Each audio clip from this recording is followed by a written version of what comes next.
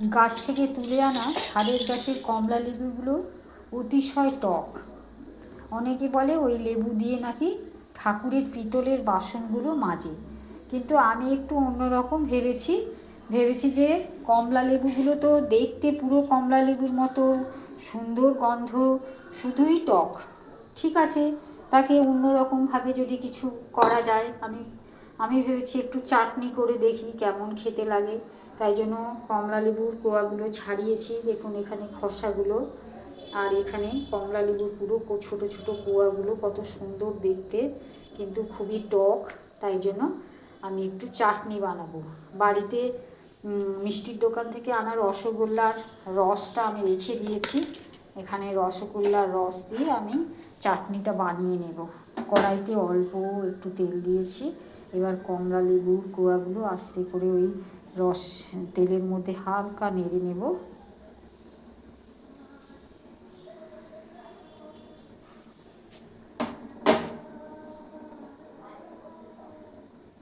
বীজ আছে লেবুর কোয়াগুলোতে।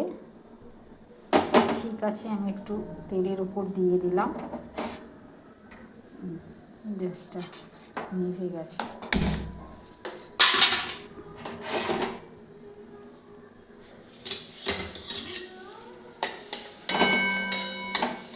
হালকা নেড়ে নিচ্ছি।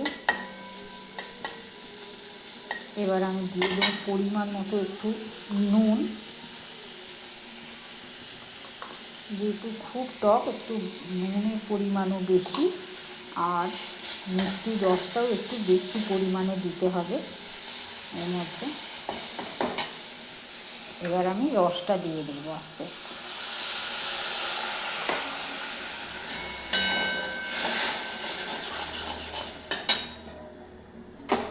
দেখুন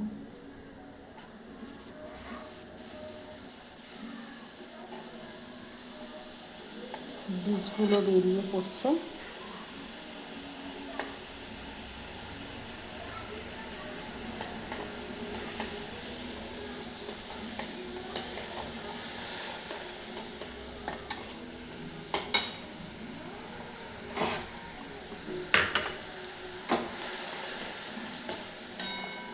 সুন্দর একটা গন্ধ বেরিয়েছে, খেতেও নিশ্চয়ই ভালোই হবে।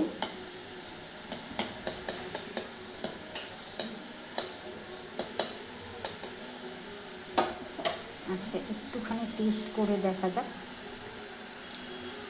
বাহ, অপূর্ব খেতে হয়েছে।